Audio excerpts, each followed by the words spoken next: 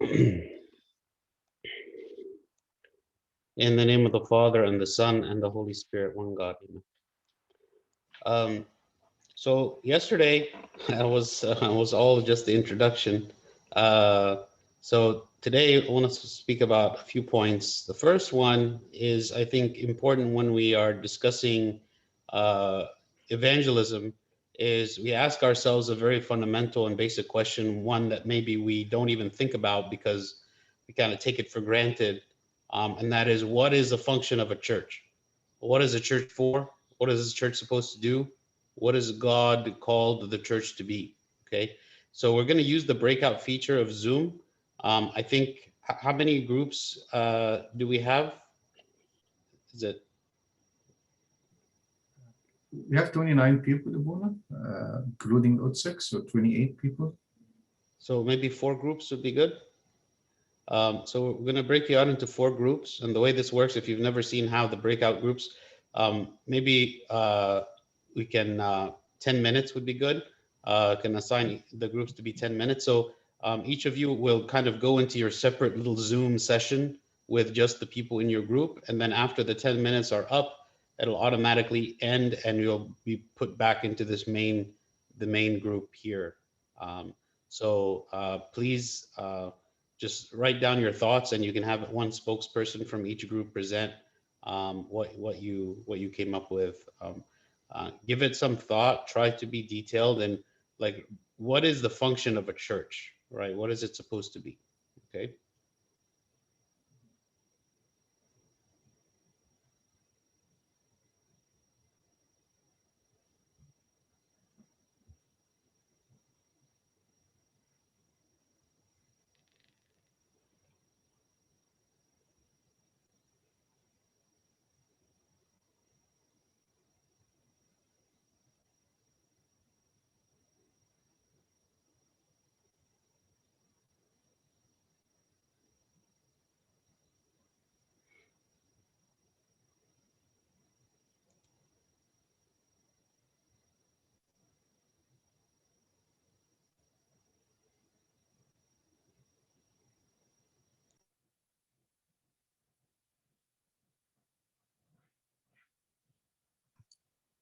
I'm not sure if you guys can select the rooms or not. It seems like you can. Some people join rooms, so go ahead.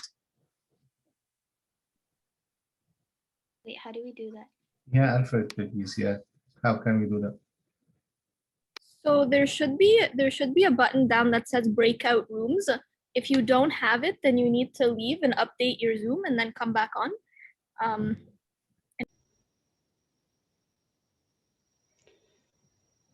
Great. So we can go around the different groups.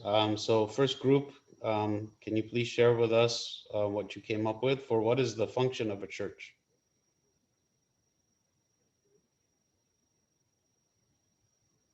I think the first group was us. I think the primary rule for us, we thought that is to unite with God to attain salvation. And that's done through the sacraments and through being with one body with Christ. Essentially, one of the verses came up that, so let the word of God dwell in you. And so that's what the church is. It lets you have God in you, and it helps us teach one another and just have this sort of accountability to one another. So it's also community for us to meet and kind of to learn more from one another to, about Christ. And I think that's all that I had. If my group wants to jump in a little bit more. Great. Thank you, Ron. Group 2? I think we were group 2. I hope so. Yeah. Okay. So we came up with 5 main things. I don't know how many of them you want me to say just for the sake of time, but I'll go through a few. So the first one we said was it's there to proclaim the good news and salvation to people who are not to the community. That was the first thing we came up with. The second thing is that it's a safe haven for people in the church community. So it's a place for them to go and to feel safe and accepted, and that no matter what they do, like, the church is their home.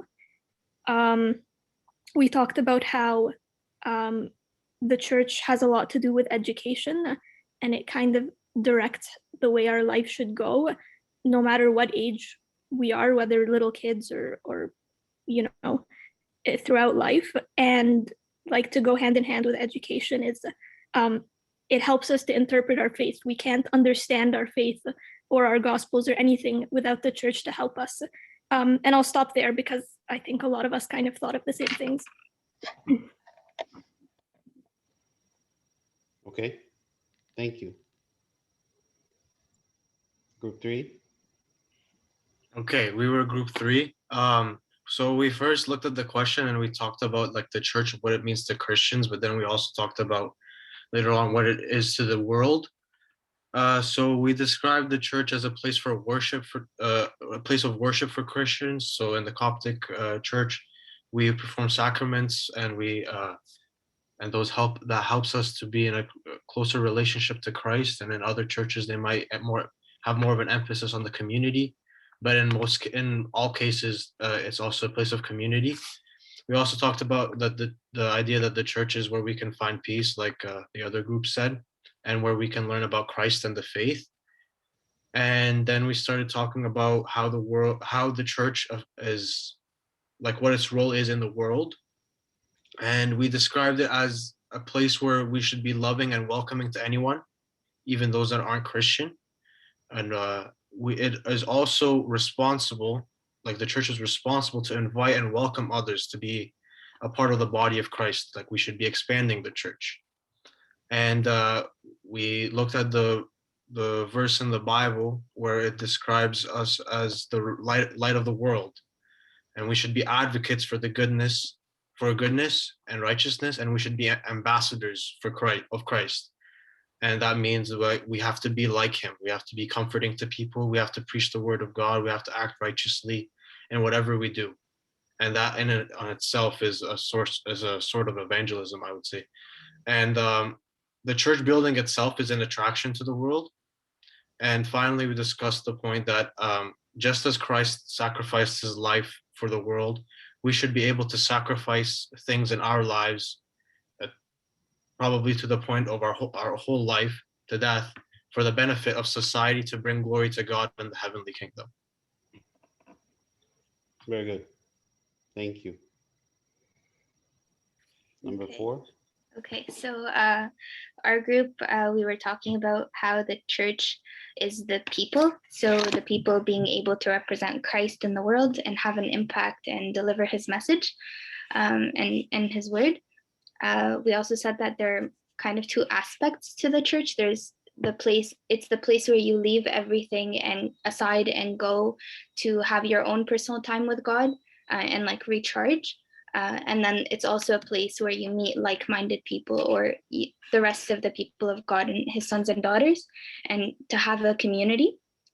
We also talked about how the church at different points was also a source of physical service to the world. So whether it be hospitals or orphanages or food banks or whatever it may be, a lot of that is also the service of the function of the church in the world.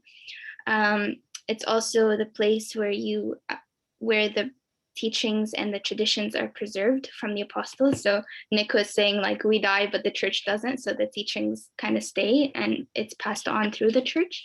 We're also saying that the church is a hub where we receive, but we also give. So we receive that spiritual nourishment, but we also give back to the community or the larger society. Also, we said that on a similar note, that the church is a place for acceptance. So if you're going outside of the church and society, there's all of these rules and boundaries and all of these things, but kind of the church is the place where you come and as you are and you're accepted as you are.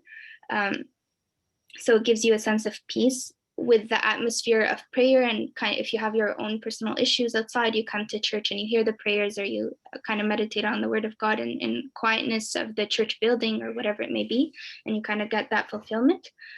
So the church is a hospital.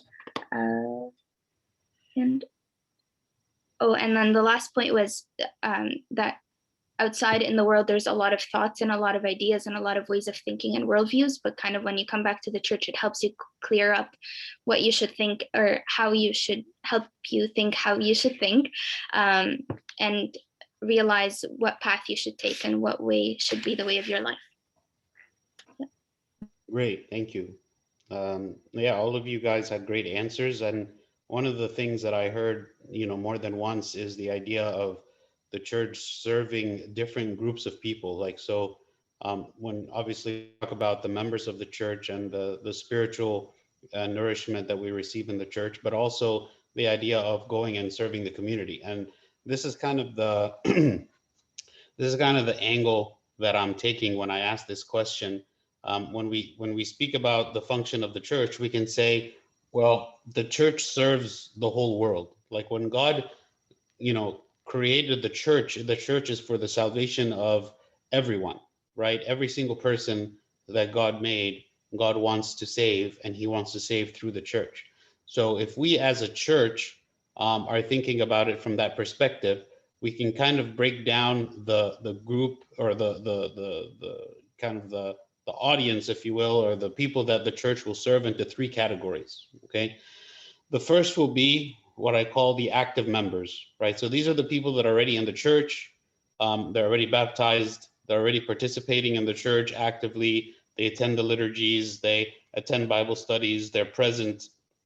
This is one group of people that the church serves. Okay, and traditionally in a church, this is the group of people that is served the most, because we know the people in this group.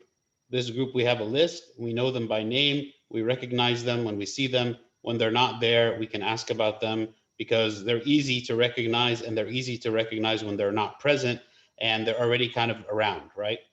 The second group of people that the church should serve is what I call the non-active members, or we also call them the lost sheep. These are people who at some point were in the church, right? And then for one reason or the other, they left the church. Maybe they had some problems in their life. Maybe they were offended by someone. Maybe something happened. They stopped attending the church. This group of people, it's harder to serve. They're not served as much as the first group, typically, because a lot of people don't know who they are.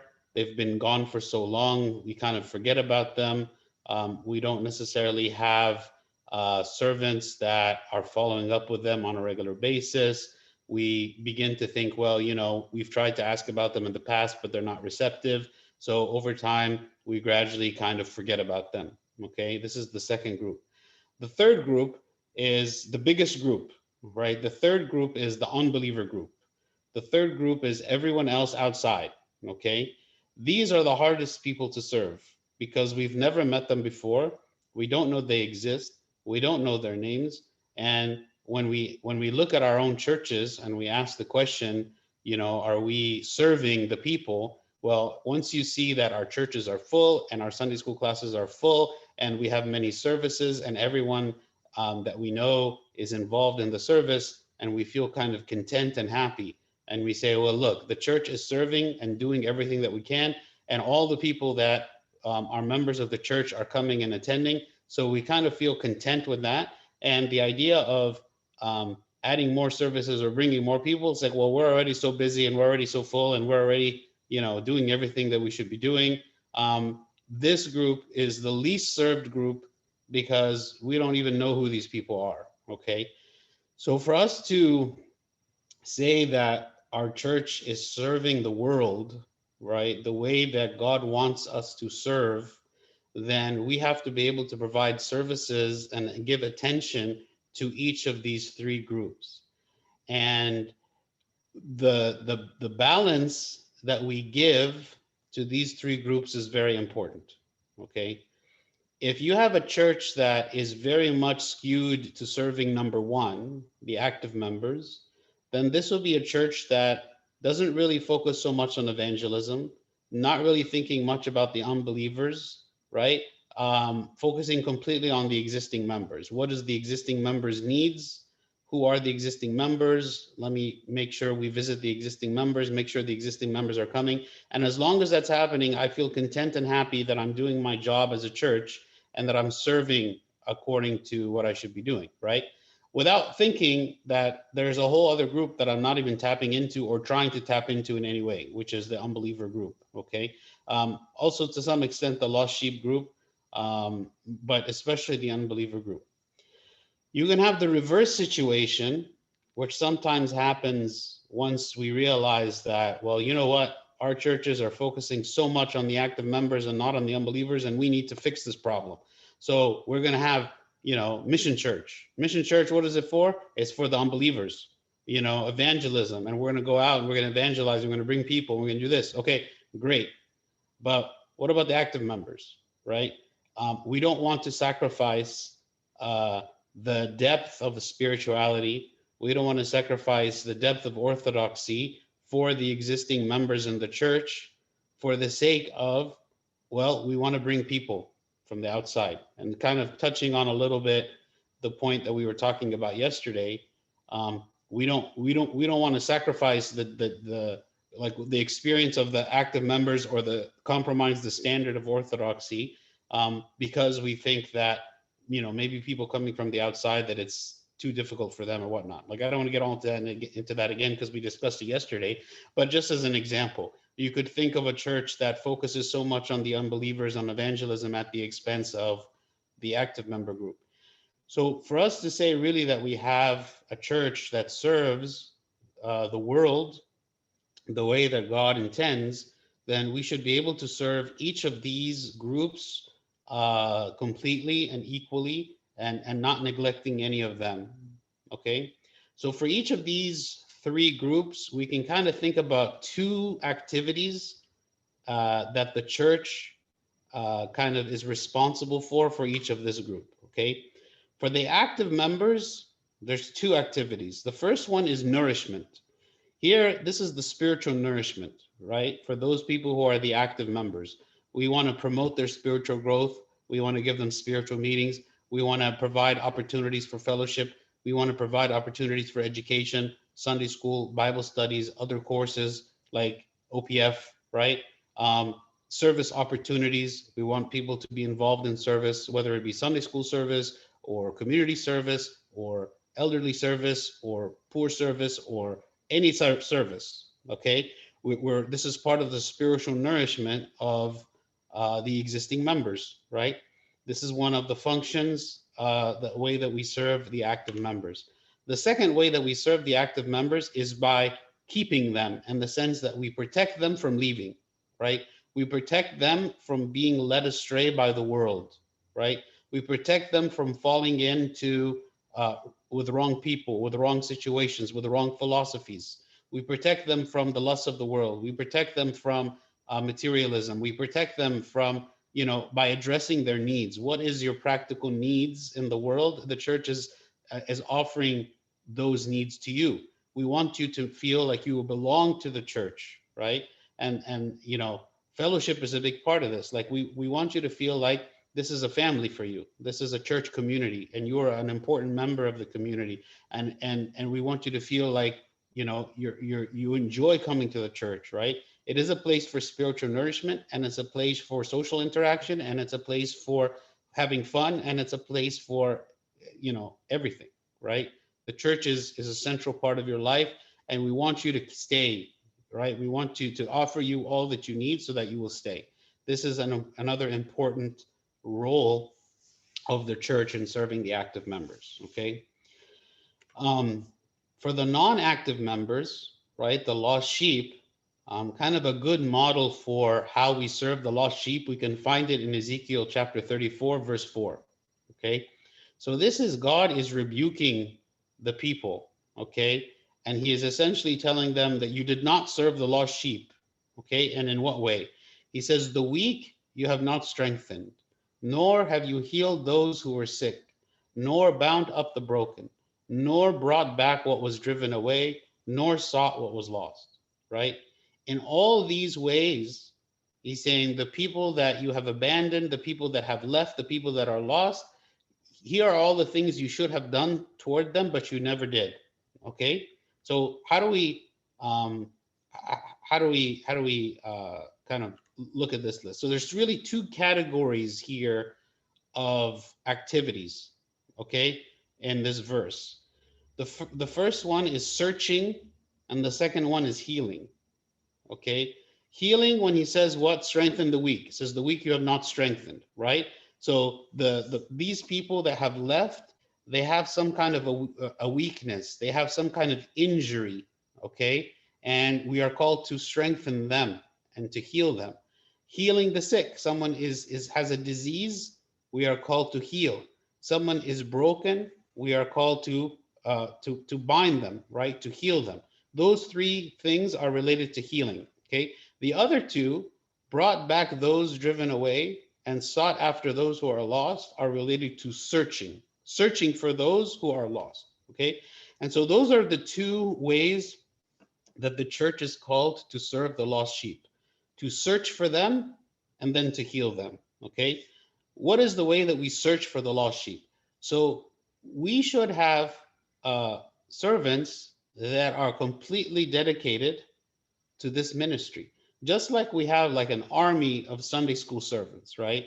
And we have all kinds of systems in place to make sure that Sunday school classes are running well, and we have servants and we have coordinators and we have servants meeting and we have a hierarchy and we have a service coordinator and we have like all these activities, right? It's like one of the most organized services that we have in the Coptic Church is the Sunday school service, because we recognize its importance and we have a lot of experience with it, and we all take for granted the idea that you go to a church and there's a Sunday school, right? Just as we put so much effort and energy toward that, imagine that we put an equal amount of energy into the service of the lost sheep, okay? For instance, who are these lost sheep? You know, who knows about them? How do we find them, right? Do we have accurate records of who they are? Who is the one reaching out to try to bring them back? How are we maintaining a connection with them? Are we able to leverage like certain people who are friends with them, people who do attend church that are friends with them, in order to help bring them back, right? All of this has to do with the idea of searching, identifying who are the lost sheep that need help, okay, that need to come back to the church.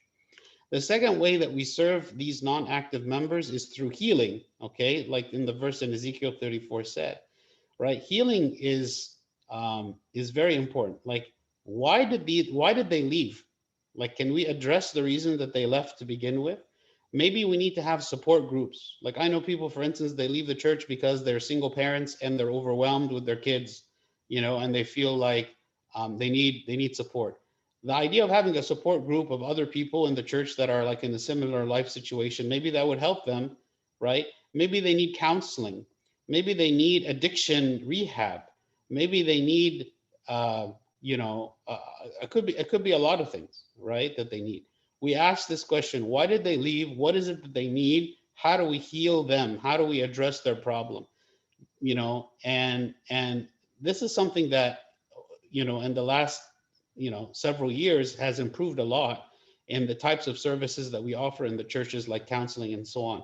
And it's something that needs to continue, right? Maybe thinking about having like a dedicated group of servants that just do counseling, right? For these people, right, that are coming, not judging them, you know, like having a congregation that is welcoming, not judging them for their past mistakes, not judging the lifestyle that they've led, you know, having left the church and so on. All of these to promote them coming back again, and offering them some kind of healing so they can reintegrate into the church and feel like they belong, right? This is another way to serve the non-active members.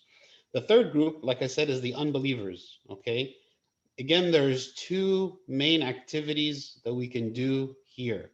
The first activity is the active activity. Like we said, the active evangelism is the preaching. It's the actively reaching out. It's the campus ministries. It's the community service. It's speaking at other churches. Like I was invited more than one time to speak about Orthodoxy at other, like Protestant churches, for instance. Conversational evangelism, meaning I go and I speak to the people that I know about my faith, right? like a one-to-one evangelism.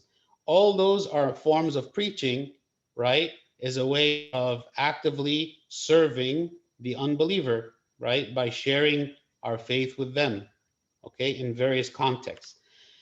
The second way of serving the unbeliever is the passive evangelism, which is the grafting, meaning once somebody comes into the church, okay, they're not connected yet to the church. They are not a part of the church. It's like, imagine you're taking this plant, okay, that is functioning and alive, and you're trying to bring a branch from the outside, and you're just like sticking it on the plant, okay? You can't just glue it on the plant and expect that it's going to stay. You can't just throw it on the plant and say, hey, here's the branch is now part of the plant. It takes a long time to graft that branch into the plant, and it takes a lot of like effort, and it takes a lot of like care in order for that branch to become naturally part of the plant and thrive and grow on its own, okay?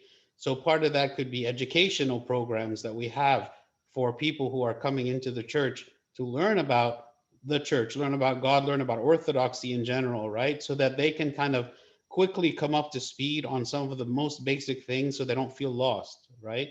Also making sure our congregations are educated too, because, you know, usually when someone has a question, they're going to ask someone who's with them, right?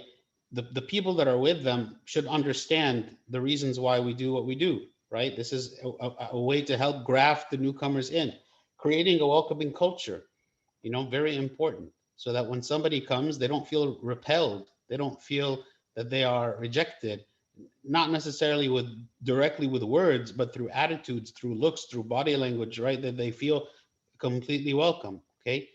Maybe having, I think I mentioned this yesterday, like greeters, people who are dedicated to looking out for newcomers and making sure that they feel welcome, making sure that they know where to sit, making sure they have some kind of material to look at, understand what the liturgy is about, or whatever meeting they're coming to, right? Also, this group needs the same healing services that the lost sheep need, like the counseling services and all of that. They're coming from a place where there could be a lot of problems, a lot of tension, a lot of sadness, a lot of, you know, emotional, mental problems that they are experiencing, that they need also counseling, and they need all of that.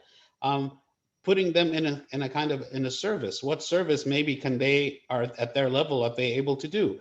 Because that's also going to help graft them into the church, make them feel like we care about them, make them feel like we acknowledge that they have talents and gifts, and we want to use those talents and gifts in some way, right? So grafting, right? Grafting them into the church. So in this way, the church can serve the whole world, okay? And to really have a church that's balanced in the way that it serves, it shouldn't be leaning toward one or the other. It should be able to serve all of these groups, right? Because all these groups exist, right? Some of them, like I said, are easier to serve. The ones that are active because they're already coming, it's easy to tailor services for them. And it's easy to tell when we are not doing a good job because they're not coming. And so we need to ask about them, so on. The unbelievers, they're not, we don't know them.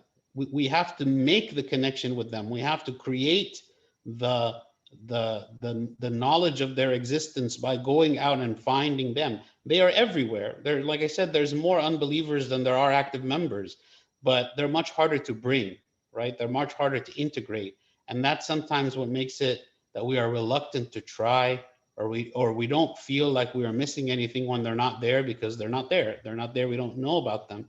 So we have to push to make that happen. And that's why having a team of servants that's dedicated toward that service, right? That they feel like this is their job, is to go and to preach and to graft and to do those things, right? And not be focusing on the active members so much. Like, I give you an example. So so when I teach this course in the seminary, and I offer the evangelism project, right? So I give two options. You can either do the evangelism project, or you have to write 2 research papers. Okay, so I try to make it as difficult as possible so that people choose the evangelism project. Okay, So one person, he chose the evangelism project. Actually, the first time I taught this class, the papers was not even an option. The evangelism project was it. So everyone had to do the evangelism project. So one of the people, he's not comfortable, right, doing the evangelism.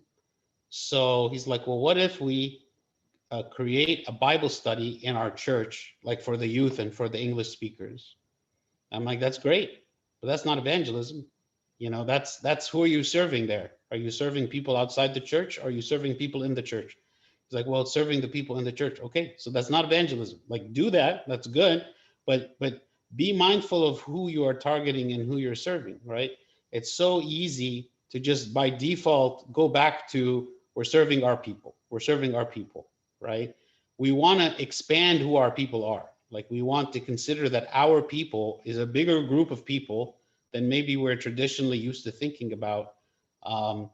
Because, you know, like in Egypt, for instance, they are one and the same. You know, like the Coptic people, they are it. Like it's a predefined group. Like that's the group, the Coptic people, right? There is no unbeliever. Like the idea of evangelizing to Muslims, for instance, it's not something that's even permitted. Like you can't just easily do that in a very public way, right? So that's kind of a neglected part, right? The focus is on, we have to protect ourselves, we have to strengthen ourselves, we have to grow deeper in the faith, which is great, and we shouldn't ever compromise that. But in addition to that, right, here in where we are living, the idea of evangelism is very much allowed and very much can happen and very much has happened. So we shouldn't neglect that service, right? It's part of the service of the church, right? The church is intended to serve the world. Any questions about this before we move on? Okay. Actually, Abuna, I do have a question. So on the topic of serving the lost sheep and evangelizing to them, if you are, I noticed you said that in the search section we can use the active friends of the person that is lost sheep. Say we are the active friends and we know a person that is a lost sheep. Would you have anything to advise us with, like on how to reel them in back into the church as their friends? Yeah. So I'm it's good that you bring that up. Actually, like in our church, we have something called Ambassadors for Christ. And what the Ambassadors for Christ are essentially the friends of the lost sheep. Because what we've tried in the past is like having a group of servants who are like responsible for the lost sheep, and they go and they ask about the people. Like, we have a list of the people who we know are the lost sheep, and they go try to ask about them. But inevitably what happens is they don't get any response from them because they're like strangers. They don't know who they are. Like the people who are the lost sheep don't know who these people are contacting them, and so it just doesn't work. So we found that if you have what we do is we get the ambassadors to sign up, and you sign up as an ambassador, like specifically as an ambassador for specific people that you know are lost sheep. So like your friends or family members or whatever. And so you already have a kind of relationship with them, and it's easier for you to contact them, and it's more likely that they're going to respond positively to you. So what I recommend is don't try to push so hard about the idea of coming to church all the time. Just maintain an active relationship, you know, and also when you invite people, try to invite people. I know right now with COVID, it's hard to do this, but try to invite them to social events, okay? Before inviting them to a Bible study at the beginning, right? Just try to make them feel like the idea of interacting with people from the church is like a normal thing, okay? Like it's not, and so maybe they will start to develop relationships, friendships with other people from your friend group, from people that are from church, for instance, right? And then gradually, now that you are in the habit and they are in the habit of accepting your invitation to do social activities, then you're like, hey, we're going to go to this Bible study. You want to come with us? Right? And they're already kind of, it's been normalized to them that they are like participating with your group. So the idea of going to the Bible study, especially when associated with the Bible study is some other social activity, it becomes easier for them to accept. And so to gradually like bring them in slowly without making them feel like, again, like we said yesterday, it's not that they are a project that you have to do this, right? Your job is to maintain a positive relationship, and through that positive relationship, you can invite them to things like that. Okay. Great. Thank you, Abuna. That helps a lot. Sure. If you don't mind, So- mention with regards to the same topic. Thank you, Patrick, for this. Abuna, if Otsa can share with us any other any experience for services which targeting the lost sheep, if we can, as Otsa called them, how they structure it, what are the different approaches, ages, whatever experiences Otsa can share with us. Sure. I mean, what I mentioned is the thing that we do primarily. We have a meeting. I mean, it's been difficult in the last few months, but we have a meeting like once every quarter with the ambassadors. Okay, so what we did is we made essentially we made an announcement in the church saying we are wanting to compile a list of all the lost sheep. Okay, because we didn't have a good list of it, and our church is somewhat new, so we don't have like a lot of people that used to attend the church that stopped attending necessarily, like for a long period of time. So there were a lot of people that we weren't sure of. So we asked people to commit to being ambassadors. Don't just give us names of people that you know are not attending church anymore, but by giving us the name, you are the one committing to being kind of serving them in this service. Okay, and so the people signed up, and we got the names, and then we had a meeting with them all, and we explained like some of the techniques I just described, like to Patrick, about this is how you can invite them, what to do, what not to do, stuff like that, pray for them, and so on. And we have a meeting every quarter to kind of discuss generally how things are going, and if the ambassadors have questions, if they have stories they want to share about like success stories or whatnot, so kind of be a motivation and encouragement to the others, and just following up with them. And we said essentially each ambassador would call or communicate with their lost sheep at least once a month, at least, right? Depending on the situation. And that's kind of what we are doing. So it's, of course, the service of the lost sheep, like evangelism, it's slow. Successes are not all the time. And that's why, again, it's one of those services that takes a lot of patience and waiting for God to work, right? But that's kind of the way that we have it structured. Another thing to do sometimes, and we tried to do this one time, is oftentimes when you have like a service and like, let's say we have a community service, right? Something outside the church. And then you want to get volunteers to do it. Usually it's like the most dedicated people are the ones to sign up to do this kind of stuff, right? It's usually like the same group of people that are like the super servant type people that are involved in everything. They join and they want to do it. So sometimes the people who are not of that category, they always feel like, well, there's always somebody else to do it. There's always someone else who's gonna sign up for a service, volunteer for something and whatnot. So one thing that we tried is we would create a service, and then we would specifically call or like reach out to these individuals and say, hey, we have the service and we really need help. Would you be available to come and help this? So number one, it's something it's not like a spiritual service, like attending a Bible study or whatnot, which might make them feel uneasy, but it's like, hey, we are planning to pass out bags to the homeless. Okay. And we need a group of people to come and to fill the bags so that we could distribute them. And we need your help. Would you be able to come and help? So it makes them feel like they are needed. If you didn't contact them directly, they would have never agreed.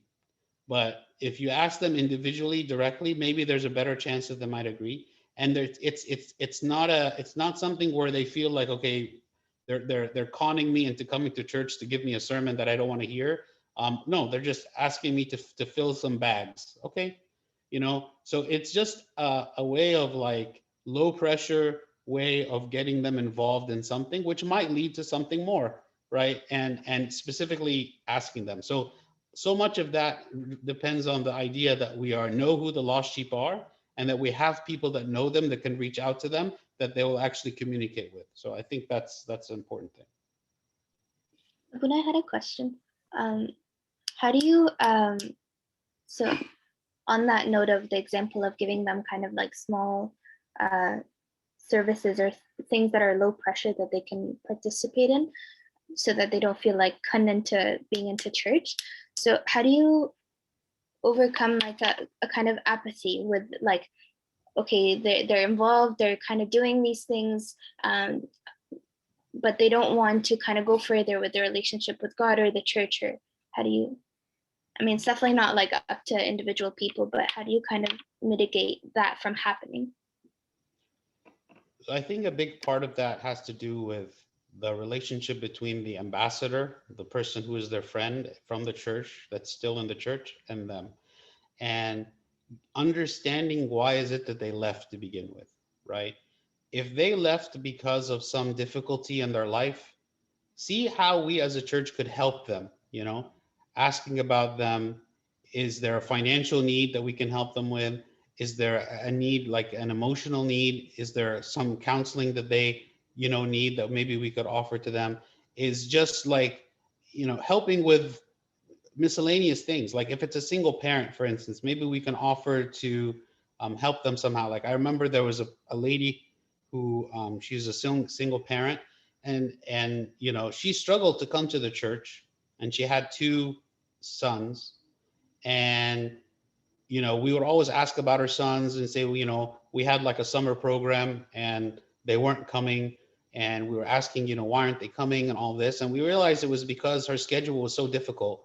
For her to drive from her house, which wasn't very close, and bring them to church and then pick them up again was something really hard, right?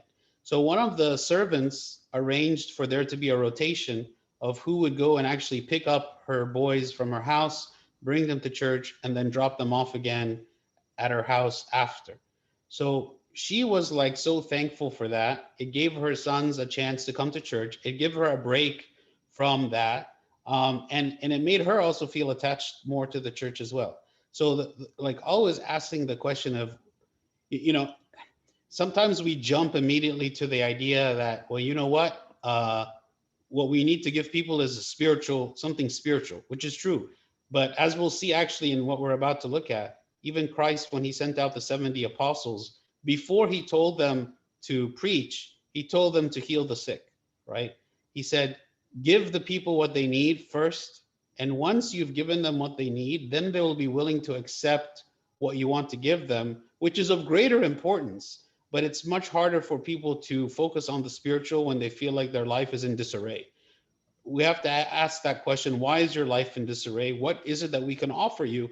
I mean, maybe all we can offer is prayer, but even if they know that we're praying for them, that will make them feel like more likely to, to be to be accepting of the church community, because they feel the love of the people.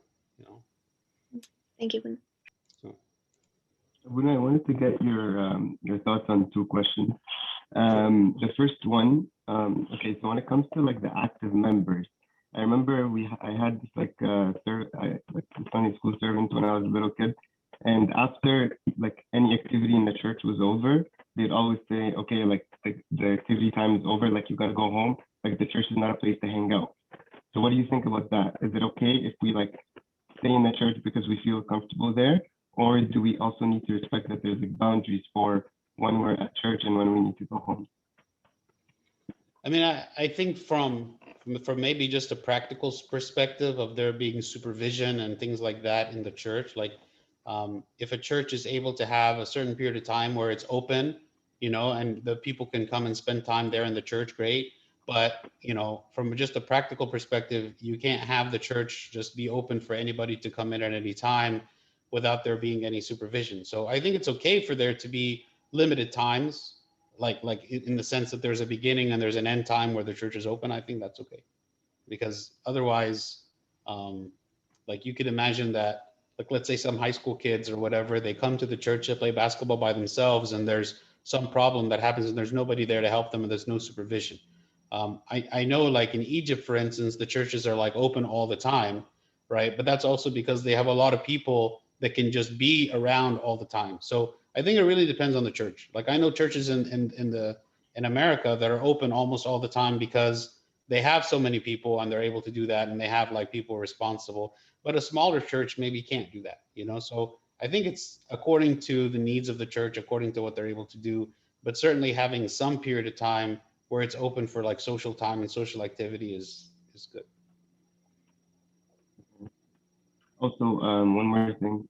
So we mentioned three types of like members of the church, and you were saying that each church should have like kind of like a balance of each type of members.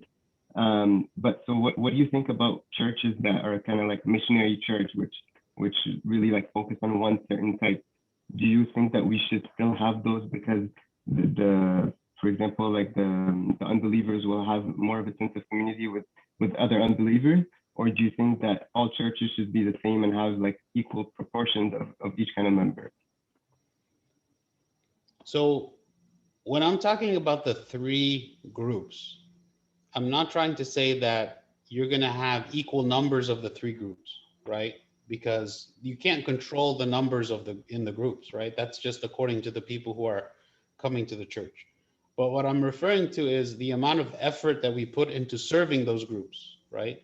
So first of all, I mean, the term mission church is misleading, right? Because all churches should be mission churches. All churches are called to evangelize, right? It's not like there's a particular church and we say, you know what, this church is only for its own members and it shouldn't actually reach out to anybody, and that's just how it is. No, all churches should be reaching out. Some churches might be more geared toward American culture or Western culture to make it easier for the outreach to happen and for them to retain like visitors and stuff like that. But that doesn't mean that only certain churches are responsible for this service and others are not, right?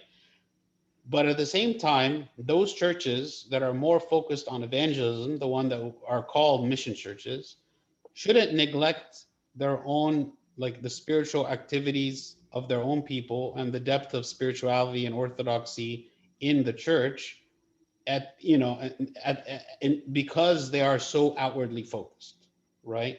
There should be a balance in focus.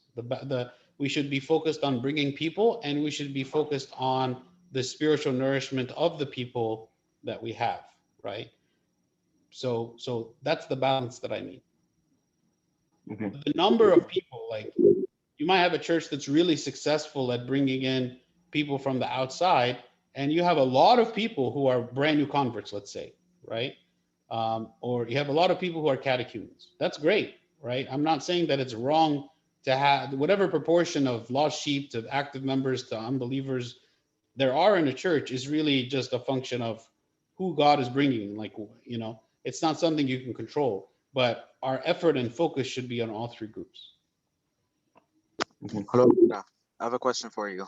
Regarding the group of people who belong to the Western community or the Western from different nationality or whatever, with the restrictions that we have at work from not speaking about religion and stuff, how can we make chances or take chances in order to speak about God and be witnesses for Him and be a good example while we are at work or in different activities or whatever? So definitely there's a lot of ways to do it in terms of the passive evangelism, right? Like being a good example, not cursing, always being kind, you know, like being a good example about that. And, you know, I don't know how it is like in different places and what the laws are in different places. Like, I don't know, in Canada, maybe it's different.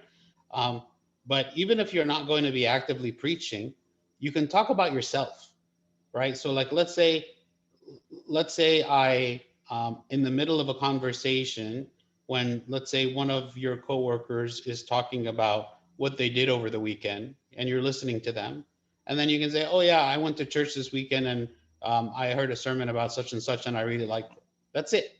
Like you're not inviting them to come to church. You're not telling them to become a Christian. you're just openly speaking about yourself the way that other people speak about themselves.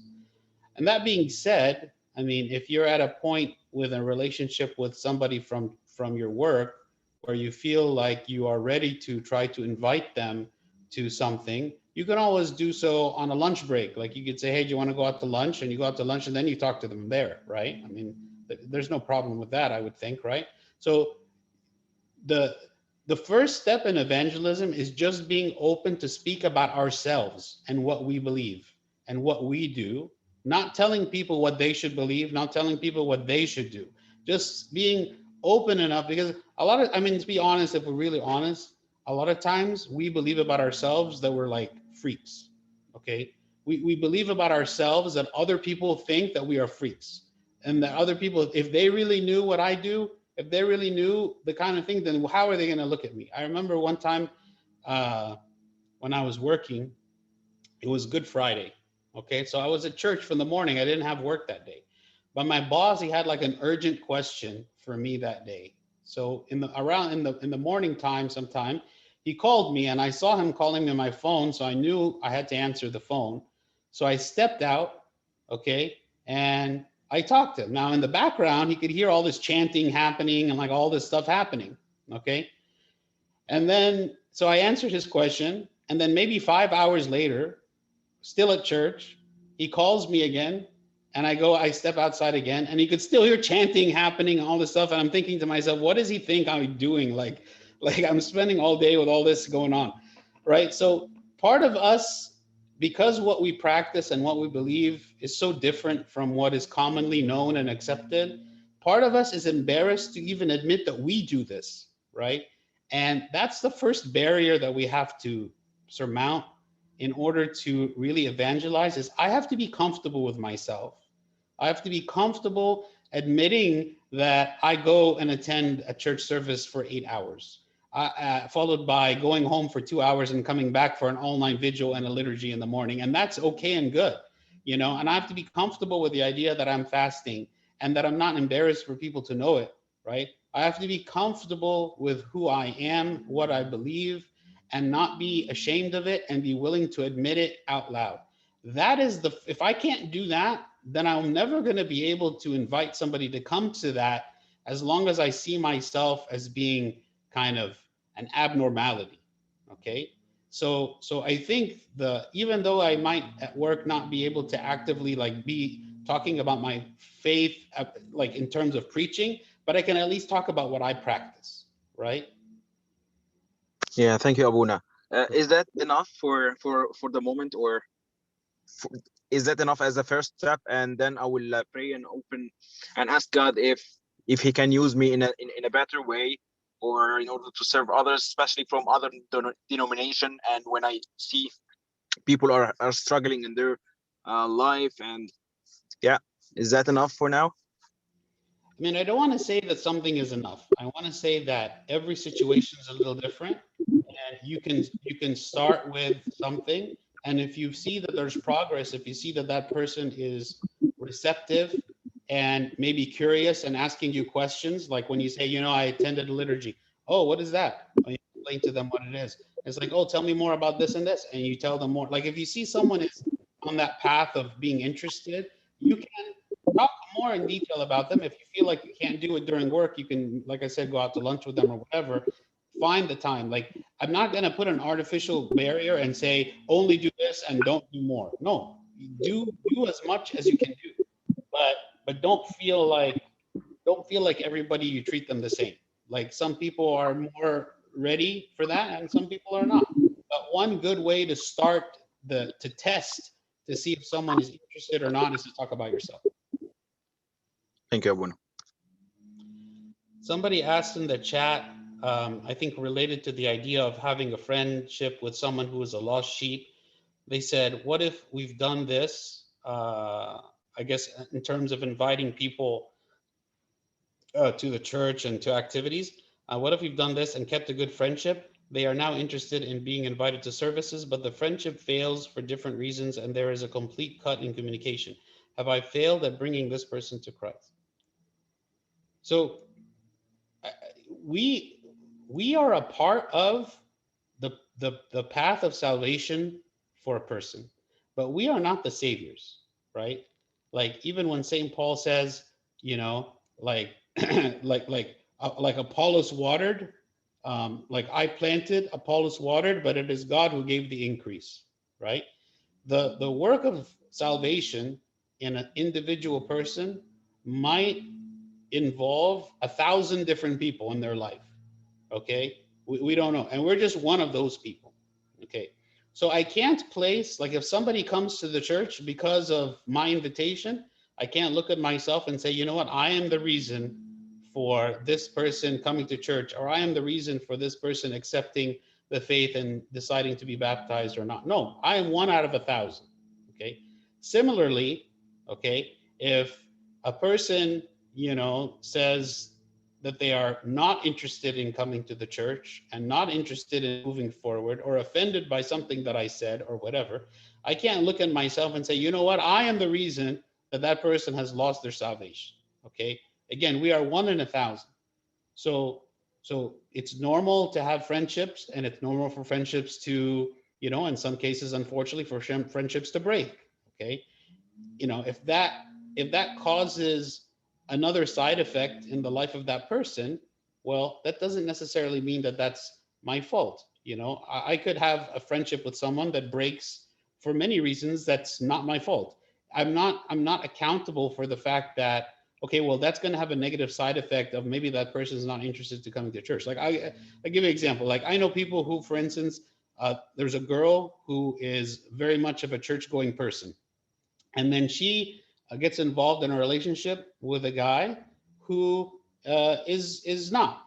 Okay, and so as what typically happens, the guy, now getting more and closer to this girl, begins to share with her all of the activities that she does. He begins to go to church more. He begins to attend midnight praises, which he never did before. He begins to pray more. He begins to do all this stuff more. Okay, great. But then what happens is they break up. Okay, and now suddenly the guy, all that stuff that he had started to do stops. Okay, so is it the fault of the girl because she didn't decide to move forward with with this relationship? It's not her fault, right? Maybe the guy was doing it for the wrong reasons. Okay, so like don't like accuse yourself if through a normal social reasons maybe some relationship doesn't work out. It's not, you are not the one responsible for them leaving the faith, right? Don't force yourself to be a friend with someone, or force yourself to be involved in a relationship with someone just for the sake of their salvation, and you know that they're relying on you or something like that. No. Okay. Now we're going to talk a little bit about a case study. Or do we want to take a break? We probably should take a break. We only have 30 minutes left. So maybe we could take like 5-minute break and then we'll do this and we'll be done for today. Does that sound good? We all yours are winner today, so take your time. Okay. So only 5 minutes, guys. We're gonna come back 3:40.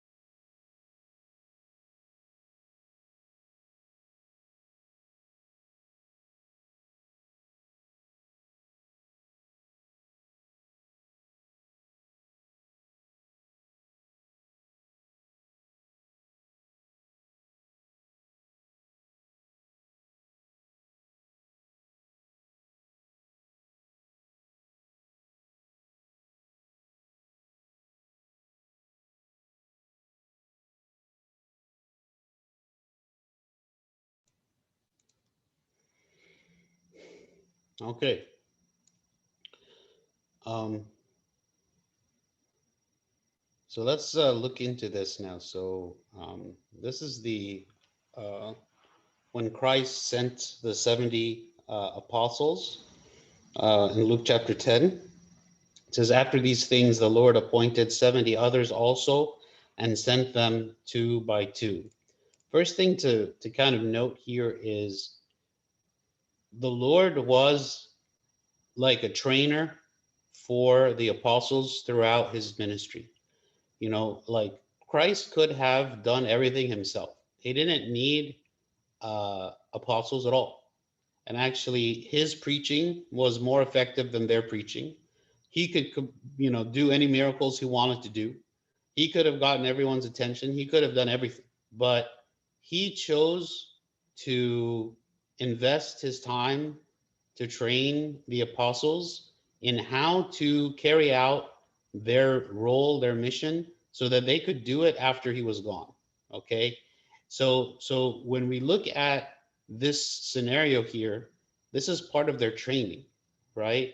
He is sending them out to learn how to do the evangelism while he is still alive, so he can correct them, he can give them instruction, because later, after the resurrection, he's not going to be there to tell them how they should do it.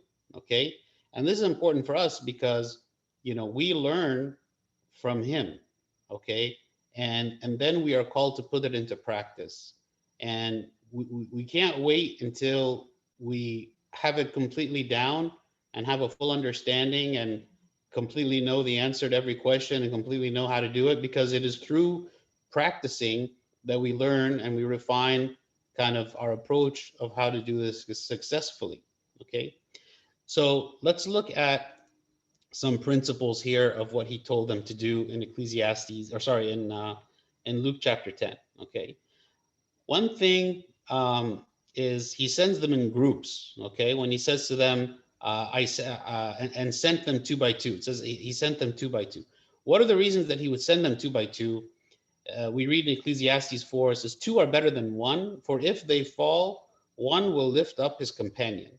If we are in some kind of a service for evangelism and we go together with someone else, it makes it much easier because we support one another, right? We are supporting one another, we're helping each other. There's less chance of someone being puffed up. Like, let's say that we are successful and that we see like a good response for what we are doing. When you have more than one person there, there isn't one person that's going to like take credit for what happened. When he sends the apostles two by two, right, each one is going to feel like they both work together and the Holy Spirit worked in them to make it succeed. You know, he could have actually told them each person go on their own to a different place, and he would have been able to reach double the number of places, right? But instead, he said, go two by two together. Another reason for sending them two by two is that if one person doesn't know something, the other person can help with that. You know, a lot of times, you know, we don't have every answer. We don't know the answer to everything, and we don't know the right way to approach every problem. But when you have two people, they can help each other to perform the service better. Okay. Another thing that is good when you have two people is that you can demonstrate what Christian love looks like, because those two people are kind of treating one another with that love. Okay. In Psalm 133, it says, behold how good and how pleasant it is for brethren to dwell together in unity. One thing that always bothers me is sometimes when we have like youth groups that go, let's say, to do community service, and in that community service, you know, they are really acting up. They are, you know, maybe not treating each other with respect, and even doing it jokingly because they are friends and buddies and whatnot. But they're doing this in front of these unbelievers. They're doing it in front of people who we are going there to serve, and it's not making like a good example for them. It's not making a good impression that this is the way that we as Christians are treating one another, right? When we are in front of people who are from outside the church, we need to be very careful that people don't misunderstand us and that we are actually using this as an opportunity to show the love that we have for one another in front of them. He says also, the Lord in verse 1, he says what? That he's sending them what? Before his face, wherever he himself was about to go. And this is a very critical point, because when we go, like I said, the Lord could have done all this without the apostles. He could have gone on his own and he would have been more effective, okay? When we are going to evangelize to someone, we are not the saviors. We are not the ones that are going to accomplish salvation for that person. We're only introducing them to the idea. We're introducing them so that kind of their mind is open to the work of God in their lives, right?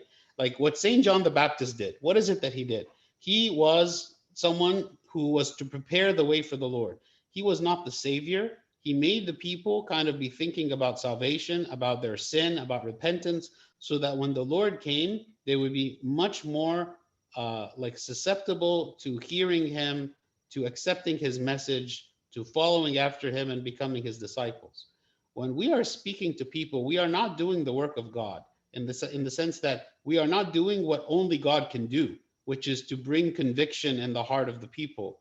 All we are doing is preparing the way, right? Just as the apostles here, they were sent 2 by 2 to prepare the way where the Lord himself was about to go, right? God was going to go complete the work that the apostles began. We as evangelists are not going to do everything from A to Z. We are only preparing the way for the Lord. Also, he sent them everywhere, right? He said into every city and place, okay? There is nowhere that they did not go. They went in that region, they went everywhere. There wasn't like a specific place where Christ told them, avoid this region, you know. Sometimes in our own mind, we kind of prejudge who is going to accept the message of salvation and who is not. You know, we look maybe at a specific person and we say, you know what, this person, they have a certain lifestyle or they live a certain way or, you know, whatever about them. I don't really think that person is going to be a good candidate for evangelism, because I really don't think that they're going to listen. I really don't think they're going to accept the message. So I'm just not going to talk to them, right? And we like prejudge who we think is going to accept and who we think is going to reject. And based on this, we decide, okay, I'm going to talk to this person or I'm not going to talk to that person, okay? It's important that we don't, we don't rely on our biases, right? We shouldn't prejudge people and say, I think this person was a good candidate and this person is not. Christ did not do this. He said, go everywhere, right? God what desires all men to be saved and to come to the knowledge of the truth. Remember, the church is once the salvation for the entire world, right? Even if we feel that our message, right, might not be accepted by a certain person, doesn't mean that we should just avoid that person, right? Yes, we should be wise and discerning in how we talk to them, but we shouldn't think that, you know, we already know how each person is going to respond. Certainly, a lot of the people that responded to Christ, like the harlots and the tax collectors and the thieves, you wouldn't have necessarily thought that those are the ones who are going to respond positively. Whereas the Pharisees, are the religious leaders, are supposedly the righteous people, rejected the message, right?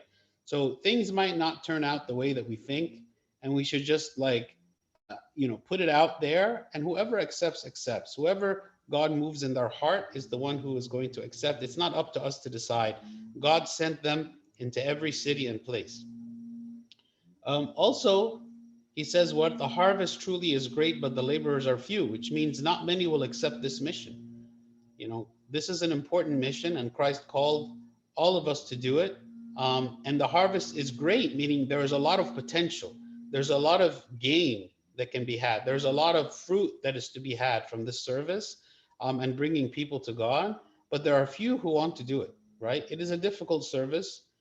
There is a lot of hardship in it. There's a lot of awkwardness for us. I mean, at the time, it wasn't awkwardness that they were worried about. It was death. You know, it was like, if you go and you preach, right, you might get killed. You might be a martyr for what it is that you are doing, right? For us, we don't have to worry about that. I mean, we don't have to worry about being stoned because we are going to invite someone to a Bible study or just talking about our faith, right? mean, the reason that we avoid it is maybe because we feel a little awkward or nervous, or we don't know what to say, right? Compare that to at the time, if you go and you speak your faith, you could be killed, right? So if they had the courage to go and to spread the word to the entire world and establish churches, even in the face of death, right? What excuse do we have when we just go and to say a few words about our faith to somebody that we know? There's really no comparison, right? The laborers are few. There are not many people that want to do the service, which is why we keep having to emphasize it, right? We focus so much on the active members in the church, but we don't focus nearly enough on the unbelievers. Also, he tells them not to worry. He says, carry neither money bag, a knapsack, nor sandals. He says, don't worry about how God is going to make this a success. Don't worry about your personal needs. Don't worry about anything, right? You don't have to bring anything with you, because God is going to sustain you completely from A to Z, right? There's nothing that you will need. God will provide it for you. So again, like when we ask the question of how prepared do I need to be? Maybe our preparedness is not in the idea of what physical materials we're bringing with us, especially when we're not necessarily going on a mission trip. We are just kind of evangelizing locally to the people that we already know. So we're not thinking so much in terms of physical provisions that we need to have with us, but we are thinking maybe in terms of how ready do I feel like I need to be in order to begin the evangelism? How much knowledge do I need to have? How much preparedness do I need to have? So certainly there is some preparedness I could do. I could think about how different conversations might go. I can think about what I should say, what I should not say, but I shouldn't feel so like worried about the preparedness, because at the time when I go, God will give me the words that needs to be said for each one, right? You don't have to worry about being prepared. God will give you everything that you need. Also, he says in verse 4, greet no one along the road. Okay. And this doesn't mean, be antisocial. Okay. But it means don't be distracted, right? What is it that I'm actually going to do? I'm going for a specific mission of evangelism. I want to evangelize them. This is a service that I'm offering them. A lot of times, like when we have community service trips with like the youth, okay, one of the big reasons that brings the youth is because their friends are going. It's because we're going to go out to eat afterward. It's because there's going to be some other fun activity associated with the community service. And the community service is not really the main focus. The focus is all the other peripheral things related to it, okay, which are distractions. Like, why are we doing it? It is a service. It is a sacrifice. It is something that I am doing for the sake of the salvation of another person, not looking at to what I will get out of it, not looking at to which of my friends are participating in it, but it is something that I am called for to serve others and to bring people to the church that way. So it's something that I should definitely not be distracted on it, but I should. Sorry, someone. But it's something that I need to be focused on and consider it to be a service just as serious as I consider like Sunday school service to be. Like in Sunday school service, I prepare a lesson ahead of time. I maybe send that lesson to someone to review it.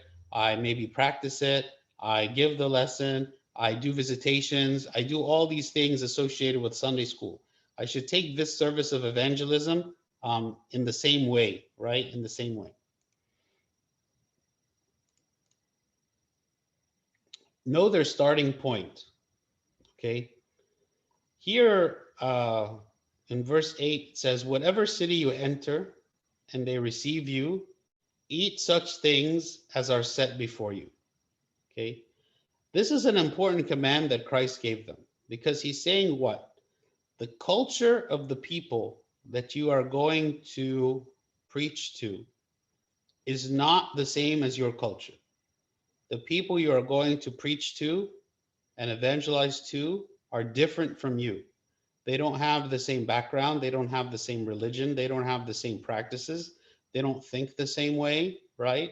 And so when they are trying to show you respect by, say, offering you food, maybe the kinds of food that they would offer you are not the kinds of food that you are used to eating, right? Especially as Jews, right, who had certain restrictions in their diet, okay? If they were to go preach to Gentiles, the Gentiles might offer them something that they weren't even permitted to eat according to the Jewish law, okay? I'll give you an example. Like sometimes when I go visit someone who, you know, doesn't have any understanding that the church has certain fasting periods and that we fast on certain days, like Wednesdays and Fridays and stuff like that, they might offer me food kind of out of respect, and that food might not be fasting food. And then I have a choice to say, no, I can't eat this, in which case I would make them feel uncomfortable, or I just don't say anything and just eat it. Okay. Here he's saying, don't make the people you are going to visit feel uncomfortable. Understand that they are coming from a different place. And in order for us to evangelize effectively to someone, we have to know where they're coming from. The book that I mentioned at the beginning, the Orthodoxy and Heterodoxy book, is a very good book to learn the religious beliefs of different groups and to understand kind of where they're coming from a religious perspective. But we should also understand where they're coming from a cultural perspective. You know, what is it that they practice and what is it that they believe about us? Because a lot of times people have misconceptions about Christianity, right? A lot of times people get wrong messages about Christians, either through the like the hypocritical practices of Christians, or the things that they see in the media. Like, I don't know if you know some of these like very high profile Christian preachers that are like very wealthy, and like, I don't remember his name. This one guy, he has his own private jet, and you know, like people argue, why do you have your own private jet? He's like, well, because if I didn't have a private jet, then when I'm traveling from place to place, I couldn't stand up and pray if I was flying on a regular plane. Like that's his answer. You know, like someone who doesn't know anything about Christianity, and their like example for what a Christian is this man who's supposedly like a Christian leader, and he seems so fake. Like people might reject our message simply because they associate us with somebody like that, right? So we shouldn't be immediately offended when somebody is rejecting us. Maybe they're rejecting us for a reason that we don't understand. Maybe it's not even about us. Maybe it's about a preconceived idea about somebody else that they saw or heard, and they are assuming that all Christians are like this, right? So we have to understand where they're coming from, right? And addressing that point. If their issue is that they disrespect Christians because of the bad example of us and other Christians, we can say, you know what? Well, we disagree with that too. We don't agree with him, you know, understanding. And that's why like seeking to understand, asking a lot of questions, learning, you know, instead of just immediately diving into preaching something, right, is important. Abuna, do you mind if I ask a question about that last point? Sure. I just wanted to go back to the idea that like it's just like, for example, you talked about if you were fasting and you were offered food that is not fasting, and the person just so happened to be like they had no idea about what fasting is. Could you use that as an opportunity to educate and explain what fasting is and what that means to us as Christians? You mean and tell them that you won't eat the food, you mean? Yes. So every situation is different, right? And depending on your relationship with them and so on. But I will say to a lot of people, like let's say they spent hours preparing food for you, okay? And they're offering it as a sign of love, right? Because they are happy that you're coming to visit them and they want to please you, right? So if somebody had spent hours preparing food for me, completely without understanding at all about like the fasting rules or anything, right? And if I tell them, okay, thank you so much, let me tell you why I can't eat this food, and here's the reasons, and it's spiritual reasons, and I mean, the reasoning is fine, right? But you kind of caught them in the point where they already prepared this food, right? So it could be perceived by them not as an offense, but just as a disappointment, right? And that could be an obstacle. So you know, the idea of just staying quiet, you can still teach about the idea of fasting, and that could be something that maybe for the next time they keep it in their mind. But to kind of just say, well, I'm not going to eat anything that you prepared, could be like a source of offense, or could be just a source of disappointment for them, you know. Yeah. I'm not Okay, saying that makes that sense. to say that, okay, we should just ignore fasting, and any opportunity we have not to fast, we should just avoid it. I'm saying there's a greater good, right? Like fasting is good, but that might not be the greatest good in that moment. There might be a greater good, which is bringing that person to the church. Okay, like and like Saint Moses, for instance. Saint Moses, whenever he would he was a very hospitable person. Whenever it would be during the fasting time that he would receive visitors, he would break his fast, like break his abstinence, right, to offer food to his visitors, right? Compare him, for instance, to Saint Arsenius. Saint Arsenius, extremely ascetic, right? He put a stone in his mouth so he wouldn't talk. Like he's and so different people, they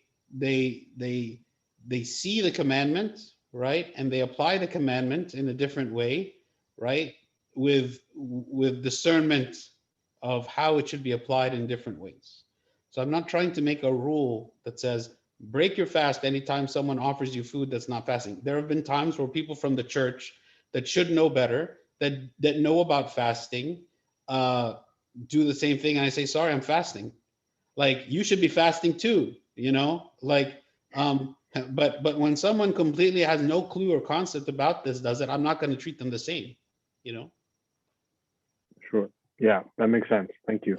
Sure. Can I share something with regard to this?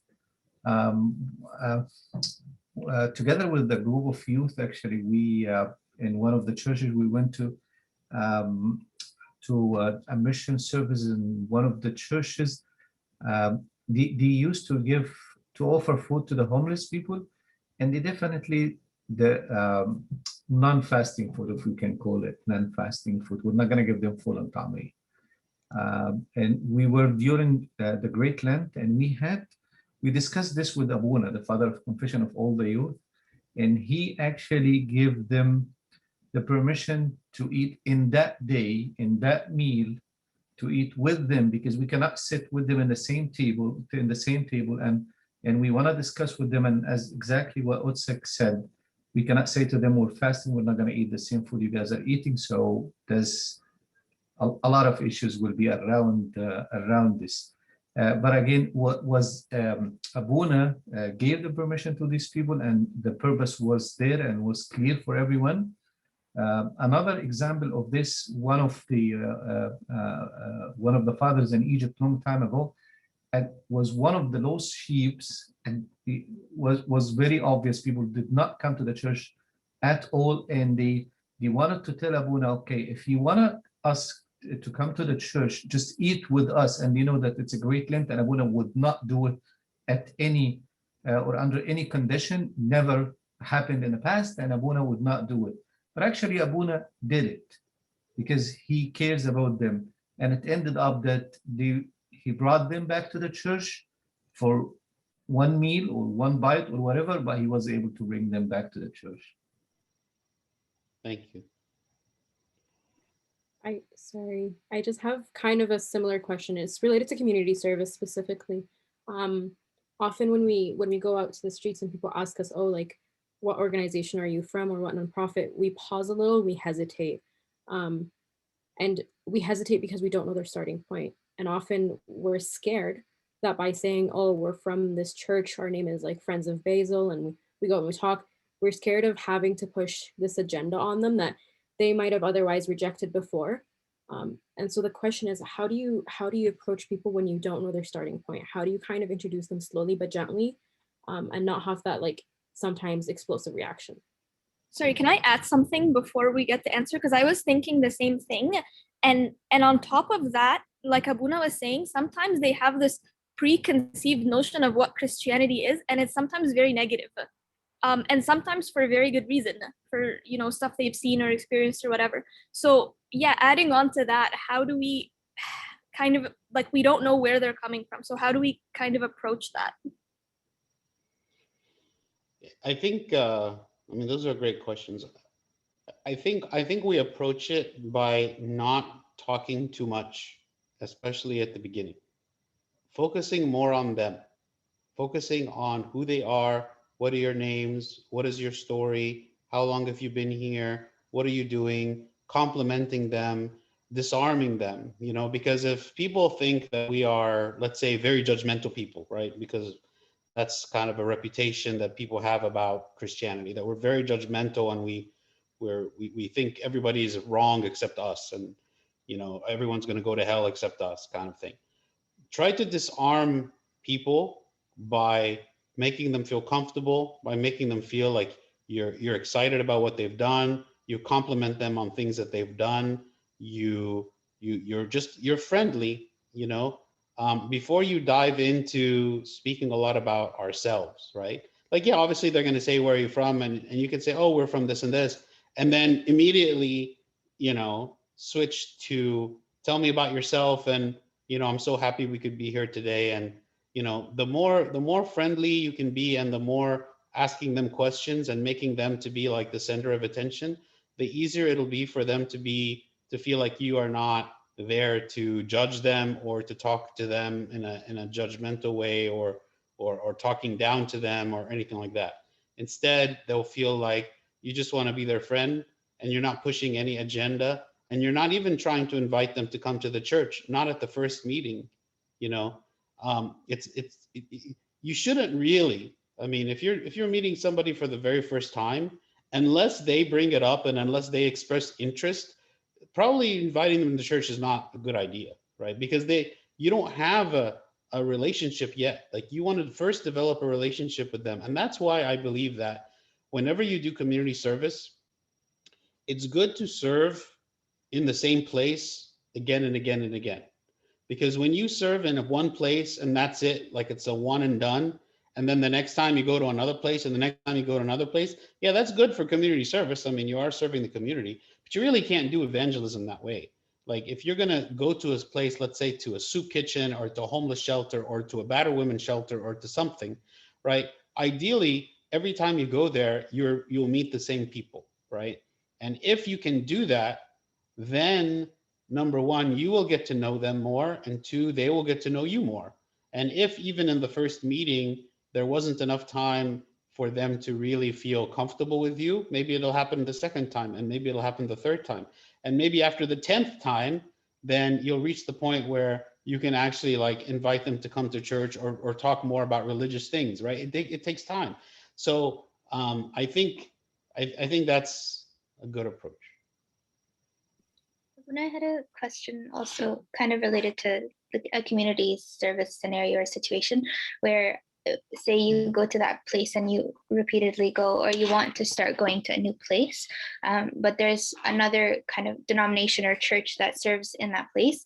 And then you get asked by those individuals like, oh, where are you from? And then you explain, oh, I'm from this church. And then they ask you, why are you not with them? Or they ask all these questions where you don't want to get into, oh yeah, we're not the same church because we're different denominations. So how do you navigate this kind of scenario without kind of pointing fingers, or without kind of giving the perception that we're divided, I guess? You're saying they're going to ask you, why are you not with who? Why are you not with like why are you not the same church, or are you different? Like, what's Orthodox versus, oh, they're Protestant, or they're the Catholic Church?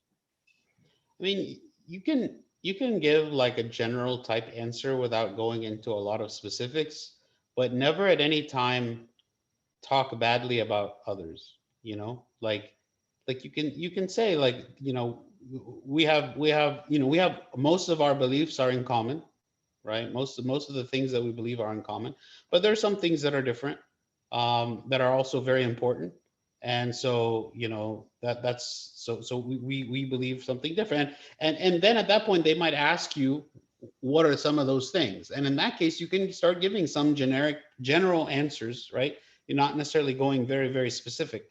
But at no point should we try to portray someone else as being wrong or bad or anything like that.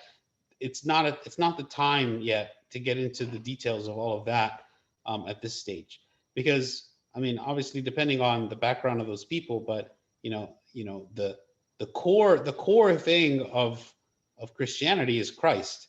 So if someone doesn't have Christ, we want to attract you to Christ. We want you to come to Christ. How do you come to Christ? What does it mean to come to Christ? Yes, different churches, we have different beliefs about what that means. But the core need is that you need Christ in your life.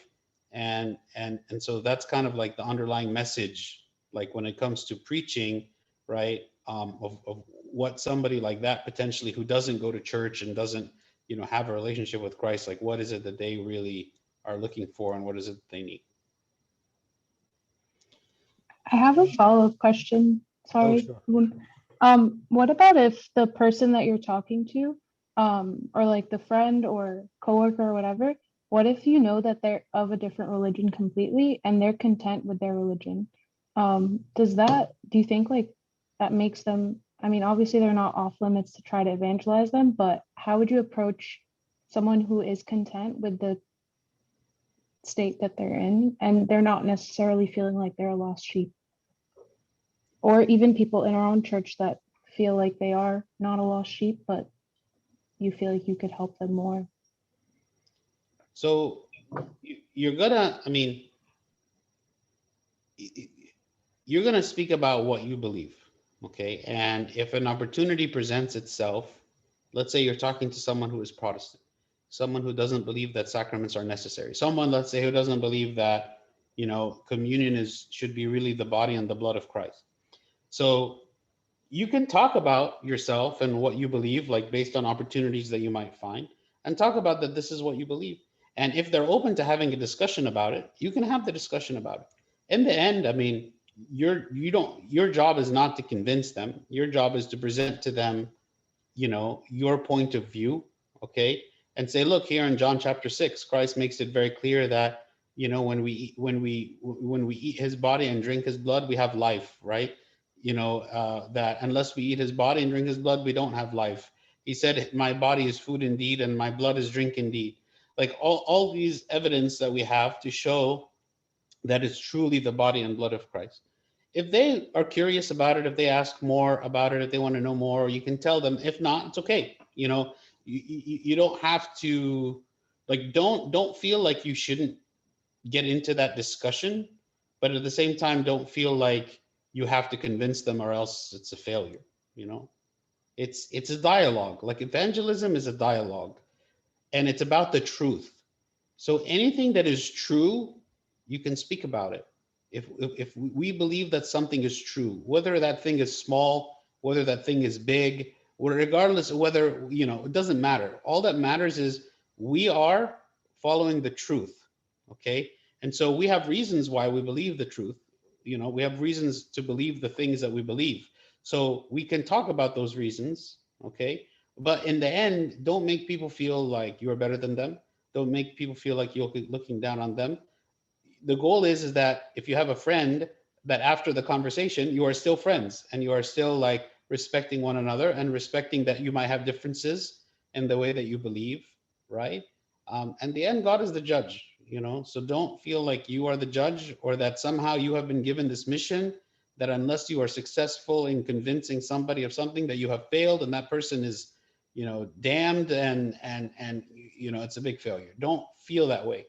Feel like I have an opportunity to discuss a certain topic. I believe something, that person believes something different. I can talk about my belief with respect without making you feel bad about anything, and we can continue to be friends afterward. And it's an art to do it well, but it's something that we can learn and we can grow into it more and more. And that way, like the closer friends we have with somebody, it's easier to do because there's not going to be hard feelings. We just have a difference of opinion, Somebody says, one of my friends, non-Egyptian friends, got baptized at a Coptic church. Unfortunately, he never felt comfortable going when things were open and more people were present because of how people stare and make him feel. What do we do? As a result, we had been going to a non-denominational church. it's unfortunate that this happens. It's unfortunate that people feel this way. It's a legitimate feeling that people have. It's not something they're imagining. I always recommend that if you're going to a church where the congregation kind of has that reaction to people who are like non-Egyptian, you can't change the people. Like you and getting mad about them toward them is not going to do anything.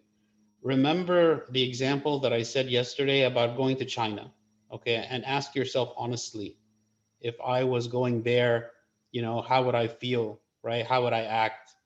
How attached I would be to my own practices, to my own language, to my own things.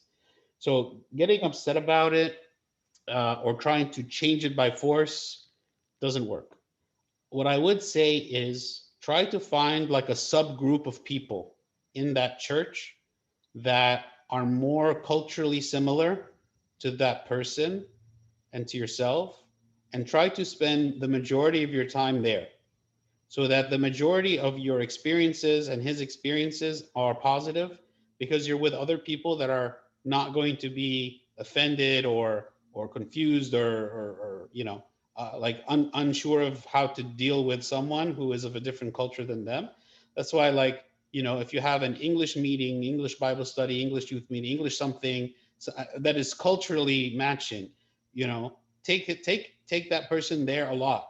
Okay, so he feels that your community is not just made up of people that maybe are of a different ethnicity that can't understand him, but is made up of a lot of people that do.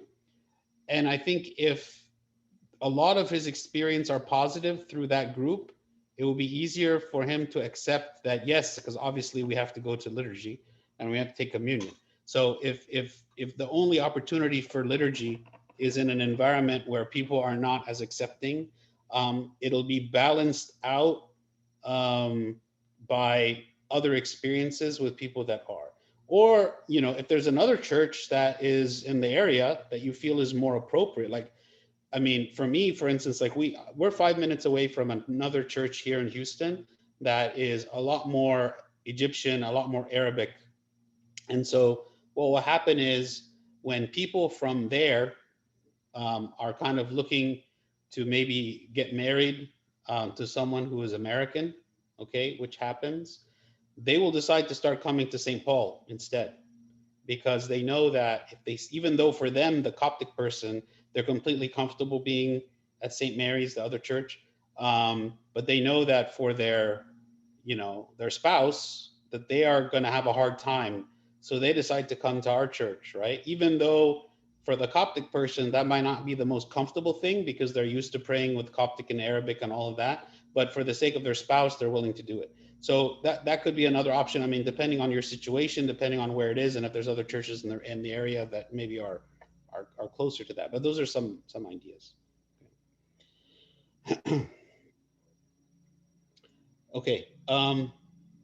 Here, when the next thing that Christ is saying to the apostles when they go to preach, when they go to evangelize, right? The first thing he says to them is heal the sick, right? It's a critical thing. It's like a point, like we mentioned before about the lost sheep and the unbelievers, is that whatever needs the people have, they have to feel like the church solves those needs. And because we are we are physical beings, we focus so much on the physical problems. People don't realize that they have a spiritual problem. Like when the four friends of the paralyzed man brought him to Christ and they lowered him from the roof, right? Their entire, what was in their mind completely was, our friend has a disease of paralysis in his body, and we want the Lord to heal him of his physical paralysis. That's why they brought him to Christ. They didn't bring him to Christ because they thought this man has a spiritual disease of sin, and we want Christ to heal him of this disease, right? We are much more likely to be focusing on our physical problems. So Christ, in his wisdom and in his love, right, saw that the biggest problem that this man had was not the physical problem of his paralysis, but the spiritual problem of his sin. So that's why he told him, your sins are forgiven. Before he healed him at all, he says, your sins are forgiven. Why? Because that's your big problem. That's your main problem. But then when he healed the man physically, the reason he gave for even healing him was to say what? So that you will know that the Son of Man has the authority to forgive sins, okay? Then I will heal you physically, right? So the physical healing was not the end or the goal, even though for the human beings it was. But to Christ, the physical healing was simply a means of proving that he indeed had the authority to heal the spiritual disease, okay? So when we are dealing with people who are outside of the church, that don't understand the concept of the spiritual disease and the spiritual need that they have, they focus a lot on the physical need, okay? And people have physical need.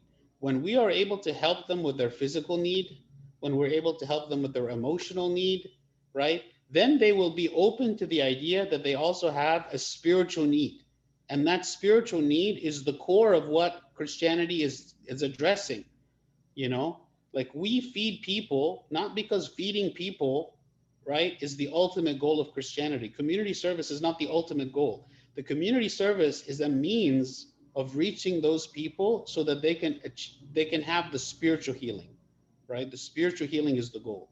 So here when the Lord said, heal the sick, he's saying demonstrate love to them, demonstrate that you care about their needs, demonstrate power that you are able to heal them from the sick, from their sickness, and now you have their attention.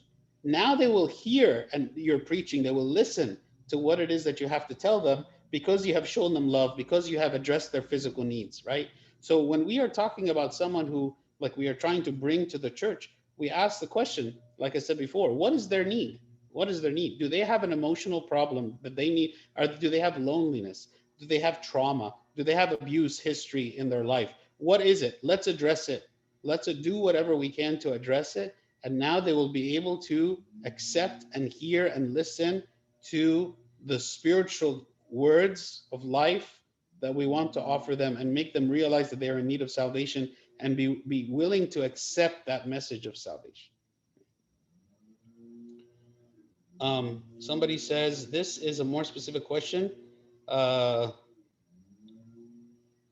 does one approach the question, if something created us, then why can't that something just be like the universe, has no consciousness? Why does it have to be God? Okay. So the William Lane Craig, the man that I mentioned yesterday, who is a Christian apologist, he gives, like in his argument, like 5 reasons for the existence of God. And one of those is the idea that God is a personal God. Why does he have to be a personal God? Because he chose to create at a specific time. Like there was a time where there was nothing, and then there was a time where there was something. How did it become that you go from nothing to something if there wasn't a mind behind it? And if you have a mind, then you have a person, right? If the universe doesn't have a mind, right? Otherwise, you are considering that the universe is God himself, is the universe. If the universe is God himself, then God is limited because who created the universe, right? Actually, even science considers that the universe was created in the Big Bang, right? That time and space were both created in the Big Bang. So if the universe is God, okay, then who created him? Who created the universe? Who's the one who initiated the Big Bang, right? If God himself is limited to the universe, we consider God to be above the universe because he is the creator of the universe and he is personal. He is not simply a force of nature, right? He is a personal God who can choose to create or choose not to create. He can choose to reveal himself or he can choose not to reveal himself. Not sure if that answers your question. But, he goes on and says don't let hatred cling to you. Okay, why? Why would hatred cling? Because of people that reject them. He said, if they do not receive you, go out into its streets and say, the very dust of your city, which clings to us, we wipe off against you. Okay, so like if I am rejected in any attempt that I make, right, or if someone misunderstands me, if somebody accuses me, if somebody, for whatever reason, he rejects me or what I have to say, or even mocks me or insults me, says what? Don't be so offended. Don't let hatred cling to you. Like, dust off yourself, get up and move on. Again, this is one of those services where, success, quote unquote, if you want to call it success, as in terms of like getting a positive response, doesn't necessarily happen very much, right? You might have a low percentage of the time people actually respond positively. I remember one time I was on the flight, and I'm a priest and I'm dressed like a priest. So the guy sitting next to me, he just started to ask me questions, and I got excited about it, and I was like, oh, this guy's interested, and I started to imagine, like, oh, and I'm gonna answer his questions, and he's gonna be more interested. I'm giving my card, and maybe he'll come and visit at the church and all this stuff. And I started to imagine all this. So he started to ask me questions, so I'd answer them, and then I started to get into a conversation with him. And then very suddenly, just abruptly, I'm not sure if it's, he felt the conversation went long enough. He made it very clear they didn't want to talk to me anymore. I was like, okay, like that's it. That's the end of the conversation, Or there was a time where also, and I was on a plane, I went to the bathroom. Okay. So I went to the bathroom, and then I was on my way back to my seat, and there's turbulence. And the captain is like, everyone go sit down. But there's these two flight attendants that were there, and they were very curious to talk to me. And they didn't let me go. They just wanted to keep asking me questions and questions and questions. Turns out they live in Houston. And I talked to them for almost 20 minutes standing there while I'm supposed to go sit down because of the turbulence. And they said, oh, we want to definitely come visit you and all this stuff. And I gave them my business card, and they never came. Like, there's so many times where you even think that things are going well, and it's not. I mean, I don't want to define that as not going well, just because, like I said, any interaction, any positive interaction we have with someone is like one more step that maybe in the future they would be considering and open to that idea. But when things don't go according to how you want them to go, it's okay. Don't be discouraged. Do it again. Find someone else. Keep doing it. Like, we'll learn more. We will share the word of God as much as we can. We'll fulfill the commandment of God. We don't have to be the one who's going to bring hundreds of people to the church. If in years we only bring one person, that's enough, right? That's enough. So don't be discouraged when things don't work the way you'd like. So conclusion is, we have to look at the example of Christ, like sending out the apostles and how he told them to prepare, how he told them to speak to the people, how he told them to understand evangelism. And actually, this is the way that St. Mark did for us as Egyptians, right? St. Mark came as a Jewish person, right? And he came to Egypt, to a country that was completely pagan. And, you could have said, well, there was absolutely no reason for him to think that any of his ministry would be successful. But he came and he converted the whole country. But actually, before the conversion, we killed him. We dragged him into the streets and he died, right? But his preaching and his ministry bore fruit, right? So that the whole country became a Christian country, and he did that out of his love, and he didn't shy away from something that seemed very difficult. But God worked with him, and he was successful in the end. So don't be discouraged if things don't work out as you expect them to right away. Okay, I think we're out of time for today. Does anyone have any final questions? Or he says here, you can write down your questions and answer them tomorrow. Got it. Okay, so I will do that. So that's enough for today. God willing, tomorrow at what time? 4:30 or at 4:30? 4:30. Yes, sounds good. Okay. All right, thank you, everybody. Let's just conclude in a prayer. Lord, make us worthy to pray thankfully. Our Father who art in heaven, hallowed be thy name. Thy kingdom come, thy will be done on earth as it is in heaven. Give us this day our daily bread, and forgive us our trespasses as we forgive those who trespass against us. And lead us not to temptation, but deliver us from the evil one. In Christ Jesus our Lord, for thine is the kingdom, power, and the glory forever and ever. Amen. Thank you, everybody. Have a good So day. much, Abuna. God bless you, sir.